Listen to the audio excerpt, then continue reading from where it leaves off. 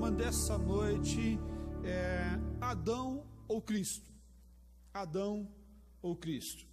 O texto que nós lemos fala justamente dessa dicotomia do que Adão realizou, do que Adão fez e o que Cristo realizou. São opostos, são muito opostos. E o versículo 12 que nós lemos, ele fala muito sobre isso.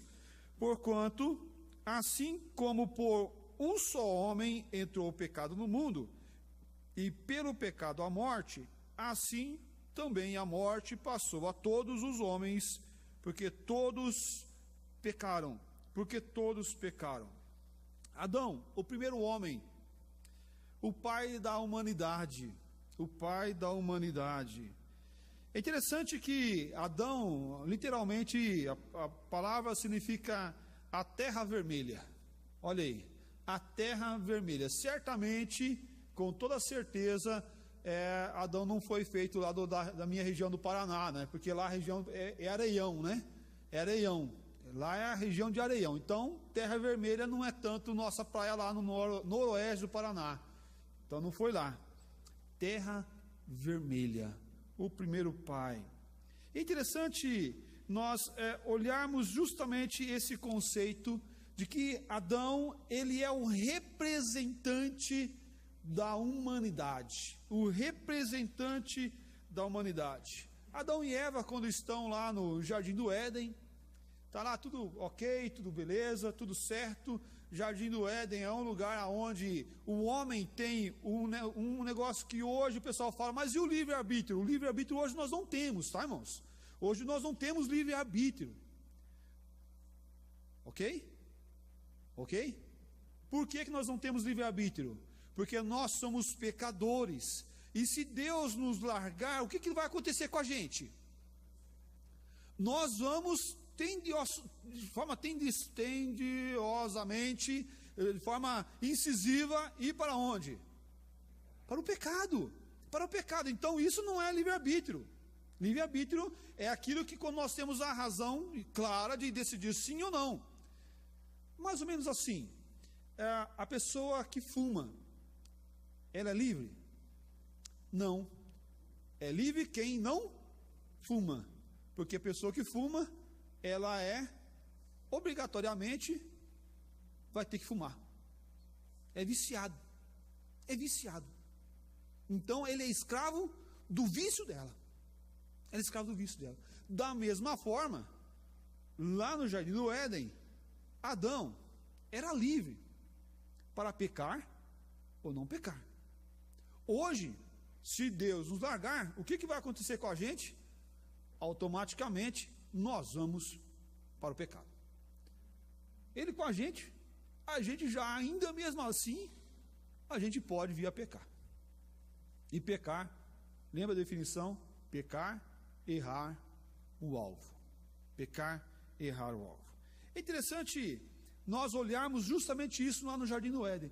Antes da queda, Adão é livre para tomar as decisões. E lá tem a árvore da vida. Árvore da vida. E também lá tem a árvore do conhecimento do bem e do mal. E agora Deus coloca o homem e a mulher no Jardim do Éden e fala: vamos lá, vamos encher a terra, vamos cuidar disso aqui que eu criei. Primeira ordem que Deus dá é de criar as coisas, de cuidar das coisas criadas, melhor, de cuidar das coisas criadas. Primeira ordem que Deus dá para o homem é trabalhar, vamos cuidar do bem maior que é a terra. E mesmo assim ainda ele acaba se enganando, deixando-se enganar, e desobedece a Deus. E como Adão e Eva pecam, ele é o nosso representante.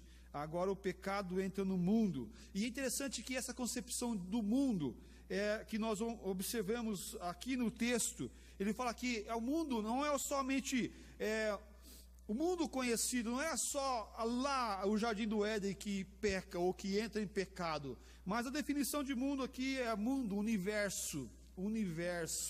A definição de mundo aqui também é círculo da terra. A definição do mundo aqui também é os habitantes da terra. Não é só Adão que peca, mas quando ele peca, toda a humanidade, todos os habitantes da terra, em todo o tempo, também vão sofrer a influência do pecado. O próprio Davi, falando, em pecado concebeu a minha mãe. Em pecado concebeu a minha mãe. Nós não somos pecadores apenas pela prática, mas nós somos pecadores pela herança. Pela herança. A herança que já nasce em nosso gene, já nasce em nós. Nós somos tendenciosos ao pecado. E nós já nascemos pecadores. Nós não nos tornamos pecadores com o decorrer do tempo. A gente olha aquela criancinha bonitinha, né? Bonitinha ali. Mas ela é influenciada pelo pecado. Ela já tem a natureza pecaminosa, porque ela nasceu de pessoas pecaminosas, de pessoas que têm o pecado na sua vida. O meu filho já nasceu pecaminoso, já nasceu com o pecado nele, e ele assim também precisa de Cristo como eu preciso. O pecado, ele entra na vida do homem, mas como ele entra também em todo o planeta, em todo o planeta. Se nós formos ver, o pecado, ele vai corroendo tudo, O planeta não está em estado de evolução, o planeta está em estado de destruição. E não só o planeta Terra, mas todo o cosmos está em estado de destruição. Você já ouviu falar que o Sol um dia vai parar de brilhar, não já? Há tantos milhões. Por quê? Porque ele está em destruição. Ele está queimando matéria. Uma hora ele vai parar de brilhar. Está vendo? O planeta, as coisas, o cosmos está em estado de destruição. Por causa do pecado. O pecado entra não só apenas na vida do homem, mas o pecado entra em toda a criação para destruir e corromper. Vamos observar lá, abra lá em Gênesis capítulo 3, versículo 6. Gênesis 3, 6.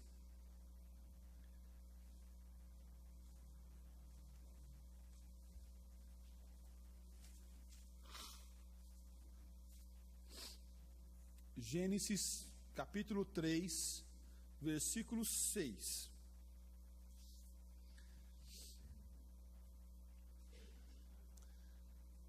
Vamos ler todo mundo junto? Vendo a mulher que a árvore era boa para se comer, agradável aos olhos e árvore desejável para dar entendimento, tomou-lhe do fruto, comeu e deu também ao seu marido. E ele comeu. Olhou, viu, desejou, se agradou, comeu e deu ao seu marido.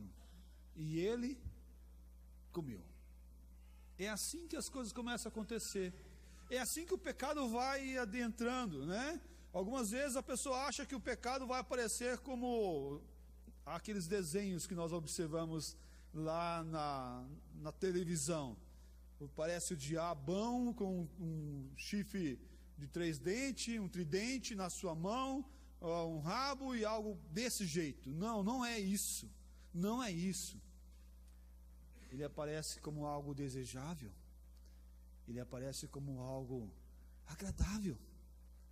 Que mal tem? Que mal tem? Ele aparece como algo bonito. Mas as consequências do pecado são danosas. A consequência do pecado é mal para o nosso coração, porque esse pecado nos afasta de Deus, que é o Senhor da nossa vida. E quando o homem muda o seu conceito de adorar a Deus, de engrandecer o nome do Senhor Deus, ele muda a sua natureza primária, a natureza como Deus fez para adorar, para engrandecer, para buscar a Deus, para amar a Deus acima de todas as coisas. Romanos capítulo 5, versículo 19 fala assim: porque como pela desobediência de um só homem muitos se tornaram pecadores, assim também por meio da obediência de um só muitos se tornarão justos. Pela desobediência de um só homem muitos se tornaram pecadores. Romanos capítulo 6, versículo 23 fala assim: porque o salário do pecado é a morte, mas o dom gratuito de Deus é a vida eterna em Cristo Jesus, nosso Senhor. Porque o salário do pecado é a morte. O pecado nos leva à morte, à corrosão, o pecado nos leva à separação.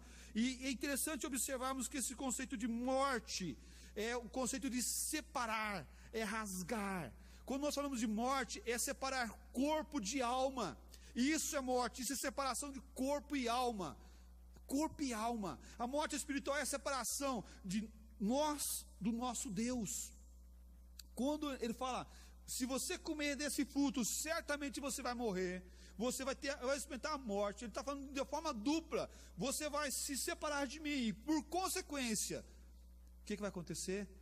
Agora, a consequência vai ser a morte física, porque você se separou de mim. Percebe? Olha o oposto disso.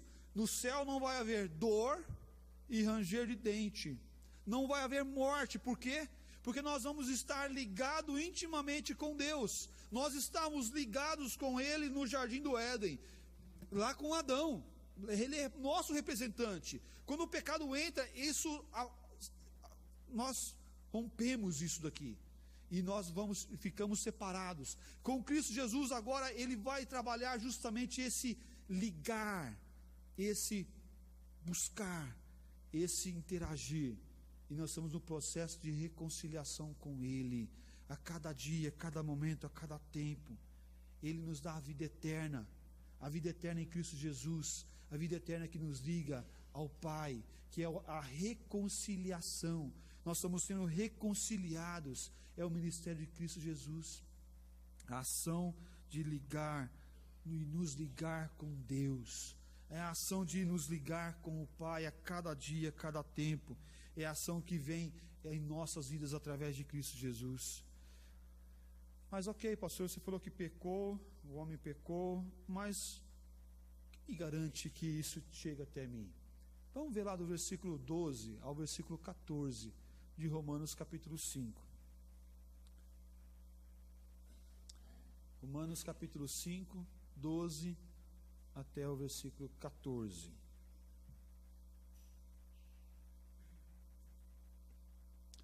Então os homens leiam comigo. Portanto, assim entrou o pecado no mundo, e pelo pecado a morte, assim também a morte passou a todos os homens, porque todos pecaram, porque até o regime da lei havia pecado no mundo, mas o pecado não era levado em conta quando não havia lei. Entretanto, reinou a morte desde Adão até Moisés, mesmo sobre aqueles que não pecaram, a semelhança da transgressão de Adão, o qual prefigurava aquele que havia de vir. A lei vai nos mostrar o quê? O erro, o pecado. A lei chega quando? Chega em Moisés.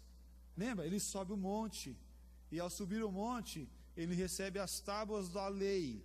E agora ele desce do monte e o seu rosto brilhava por passar o tempo com Deus, estar ali recebendo o próprio Deus, a lei. Mas ele está falando assim, olha, mas não é só quem pecou, é aquele que está debaixo da lei que mostra o pecado, mas que todos pecaram, independente se foi antes da lei ou posterior à lei.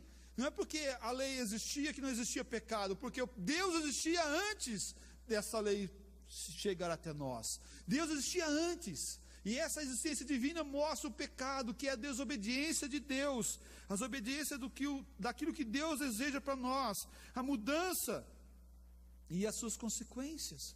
O pecado nos afasta de Deus e, consequentemente, me liga à dor, ao medo, me liga à depravação, me liga ao estar longe de Deus. Com o pecado, o homem sai do jardim. Mas é interessante que até mesmo no jardim do Éden, até mesmo após o pecado, nós já vamos observar meio de graça, ou graça divina se manifestando na vida de Adão e Eva no jardim. após a queda, qual que é o meio de graça? Ou o que acontece que manifesta a graça de Deus? É o tirar do homem do jardim do Éden. É tirar o homem agora desse lugar que foi criado de proteção. Mas pastor, você está falando que o tirar desse homem do jardim do Éden é meio de graça, ou foi graça maravilhosa na vida do homem. Sim, sabe por quê? Porque lá no jardim do Éden tinha uma árvore, que era a árvore da vida. A árvore da vida. Para o homem não viver eternamente pecador. Agora Deus tira o homem do jardim, para que ele não venha comer do fruto sendo pecador. Porque Jesus Cristo iria vir para morrer por nós e para transformar aquele que era pecador em pecador arrependido, para transformar aquele que vivia em pecado, em influência do pecado, para viver agora a influência da graça e do grande amor de Deus. É importante ver que o homem é pecador e que ele peca, mas também é muito importante também, e mais importante do que ter consciência que nós somos pecadores, é saber que existe uma solução, e essa solução não está em nós mesmos, está em Cristo Jesus. Jesus é a solução, Jesus é a graça, é a manifestação do grande amor de Deus. Jesus é a solução e a maravilhosa graça. O menino da manjedoura é a solução. O Filho de Deus, Romanos capítulo 5, versículo 1, ele fala: justificado, pois, mediante a fé, temos paz com Deus, por meio de nosso Senhor Jesus Cristo. Justificados mediante a fé, temos paz com Deus, por meio de nosso Senhor Jesus Cristo. Essa obra maravilhosa é uma obra que Cristo realiza. É uma obra única, é uma obra única. Jesus não precisa morrer na cruz todos os dias de ceia. Jesus não precisa morrer na cruz sempre, mas o único feito foi eficaz. Foi eficaz. E esse feito que ele realizou na cruz, há 2000 anos atrás, vem até nós, até hoje, e nos alcança, e irá alcançar aqueles que vão vir posterior a nós, e que vieram antes de Cristo, porque Jesus Cristo é eterno, e a sua ação está na eternidade agora. A ação que Cristo realiza naquela cruz, não está somente naquele local, naquele tempo, naquele espaço, naquele momento, mas ele entra na eternidade, porque Deus é eterno, Ele é o Deus eternal. Nós somos justificados não por nossas obras, nós somos justificados não porque nós somos bonitinhos, nós somos justificados não porque temos o cabelo ou não temos cabelo, nós somos justificados não por causa da nossa conta, ou por causa dos nossos problemas, ou por causa das nossas angústias, mas nós somos justificados porque Deus aprove a mandar Jesus Cristo a morrer na cruz por nós, sendo nós ainda pecadores. É interessante que o texto vai falar para nós ainda que alguém poderia se habilitar, ou se propor, ou se animar a morrer por alguém que é bom, morrer por alguém que seria gente boa, mas ele fala assim, que ele morreu na cruz por nós, sendo nós ainda pecadores. Nós não éramos bons, nós não éramos bonzinhos, pelo contrário, nós éramos e somos pecadores. Nós éramos e somos pecadores. Mas a ação de Deus vem até nós através de Cristo Jesus, o segundo Adão. Mas agora com um sacrifício muito maior, um sacrifício agora realizado eficazmente, um sacrifício de remissão, de transformação. Em Cristo nós temos a justificação, em Cristo nós temos a esperança, em Cristo é a obra unitária da salvação, é a obra que Ele realiza eficaz. E aí o texto que mais falado aqui das crianças, que é o João 3,16, porque Deus amou o mundo de tal maneira, que deu o seu Filho unigênito, para que todo aquele que nele crê, não pereça, mas tenha... E aí o versículo 17 continua, porquanto Deus enviou o seu Filho ao mundo, não para que julgasse o mundo, mas que para que o mundo fosse salvo por ele. E aí vem algo maravilhoso, versículo 18. Quem crê nele não é julgado, e o que não crê já está julgado, porquanto não crê no nome do unigênito Filho de Deus. A salvação e a solução para os meus problemas, para o meu pecado, não está na minha boa ação, não está na minha boa retórica, ou não está naquilo que eu faço ou deixo de fazer. Mas a solução para o problema da humanidade não é o PT sair do governo, não é o PMDB entrar no governo, não é nada disso entrar ou sair do governo. A solução do nosso povo está em conhecer Jesus Cristo como Senhor da sua vida. A solução dos nossos problemas está em conhecer Jesus Cristo como Senhor, mas Senhor por completo das nossas vidas, Senhor por completo dos nossos sentimentos, Senhor por completo e Salvador de nós mesmos, porque nós somos pecadores, e quando nós deixamos nós assumir o controle da nossa vida, nós deixamos menos Deus, e nós fazemos assim: Deus, você pode entrar no carro, mas deixa que da minha vida mando eu. Deus, eu sei o caminho, eu já passei muitas vezes por aqui, mas ele está falando: rapaz, você errou todas as vezes que você passou. Você sabe o caminho, mas você errou todas as vezes, você não acertou uma vez. É necessário deixar Deus controlar a nossa vida, é necessário deixar Deus controlar nosso pensamento, é necessário deixar Deus controlar tudo que temos, tudo que somos. Ele quer perdoar os nossos pecados, Ele quer sarar nossas feridas, Ele quer nos transformar em servos e servas segundo o seu coração. Romanos capítulo 8, ele fala que nós somos chamados para sermos a imagem do seu Filho, Jesus Cristo, para sermos a imagem de Jesus Cristo. Que maravilhoso, meus queridos, é olhar e ver que nós somos chamados com um propósito de glorificar o nome do Senhor, propósito de exaltar aquele que era, aquele que é, aquele que há de vir. Em 1 João, capítulo 1, versículo 7, fala assim: se porém andarmos na luz como Ele está na luz, mantemos comunhão uns com os outros, e o sangue de Jesus, seu Filho, nos purifica de todo pecado. Ele está falando agora de todo o pecado. Nós temos o pecado que nos leva à morte e a condenação eterna. Mas agora nós temos o pecado que nós achamos que está tudo mais ou menos. Eu tenho Jesus Cristo ainda na minha vida, e eu não perco a salvação, mas o pecado que me afasta um pouco mais de Deus. Você que tem Jesus Cristo, porque você pecou, você não vai para o inferno. Essa é uma boa notícia. Essa é uma boa notícia. Sabe por quê? Porque Deus vai te incomodar tanto que você não vai conseguir permanecer lá. Deus vai te resgatar. E nós chamamos isso na teologia da persistência dos santos. Deus vem até a nós e persiste, insiste com a gente.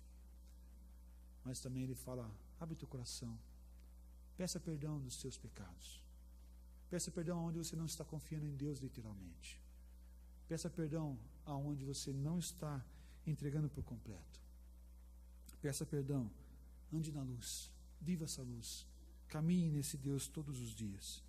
E para encerrar, Romanos capítulo 8, versículo 15, fala assim: porque não recebemos espírito de escravidão. Porque não recebemos espírito de escravidão. Você não recebeu um espírito de escravidão. Você não é chamado para ser um escravo do pecado, mas você é chamado para dominar o pecado. Porque você não recebeu o espírito de escravidão para viverdes outra vez atemorizados, mas recebesse o espírito de adoção, baseado no qual clamamos: Abba Pai. Abba Pai é como se fosse assim, aquela criança pequenininha que está aprendendo a falar papai. E essa criança pequenininha que está aprendendo a falar papai, ela fala assim: ah, papai. É isso, literalmente é isso. E como criança pequenininha, agora nós somos totalmente dependentes de Deus. Você não é mais escravo do pecado. Agora você é filho de Deus.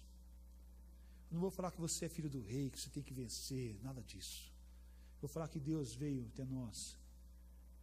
E quando Ele vem até nós, Ele nos faz filho dEle. Não para viver a escravidão, porque Ele nos libertou da escravidão, para viver no seu grande e eterno amor. Eu gostaria que você abaixasse sua cabeça mais uma vez nessa noite. Talvez você tenha um pecado que está dominando o teu coração. Talvez você tenha um pecado que está dominando a tua vida. Quando você está sozinho, lá na tua casa. Se tem algo que está dominando o teu coração que não seja o Senhor Jesus,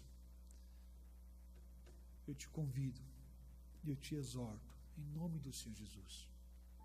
Peça perdão. Peça perdão. Peça perdão a Ele. Faça essa graça valer a pena.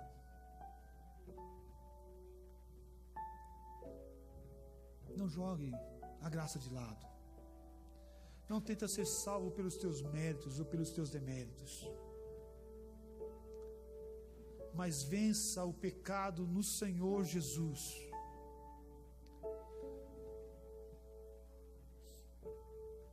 Talvez o teu pecado é falta de perdão. Talvez o teu pecado é não conseguir olhar na cara daquele irmão. Talvez o teu pecado é na frente do computador na internet. Ou com teus amigos. Até com o teu namorado e com a tua namorada. Isso também é pecado.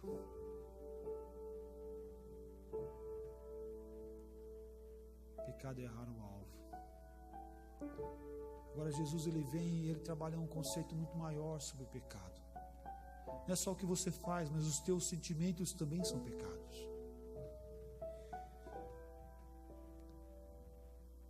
Eu gostaria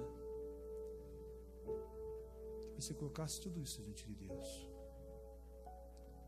Deus está te ouvindo, não com olhos de julgamento, mas Ele está te ouvindo com os olhos de amor, te vendo com os olhos de amor e ouvindo com seus ouvidos de graça, para perdoar os nossos pecados. Basta o coração de arrependimento. Ó Deus, Pai querido, obrigado, Pai, porque o Senhor vem até nós e nos ajuda a vencer o pecado.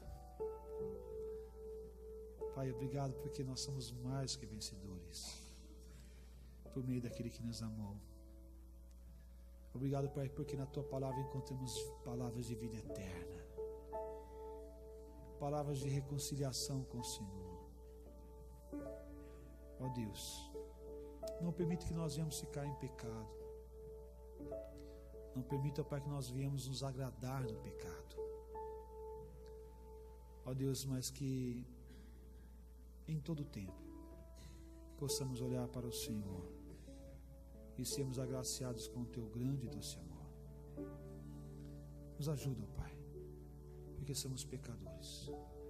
Pedimos perdão, ó Pai, de forma sincera dos nossos pecados. Aumenta-nos, ó Pai, a fé. Aumenta-nos, ó Pai, a graça. Como nós cantamos, ó Pai, no momento do louvor, dai-nos um coração igual ao Teu. Menos de nós, ó Pai. Menos de nós. Menos de nós. Muito menos de nós. E muito mais do Senhor Jesus em nossas vidas. Abençoe, Pai, cada pensamento, cada coração.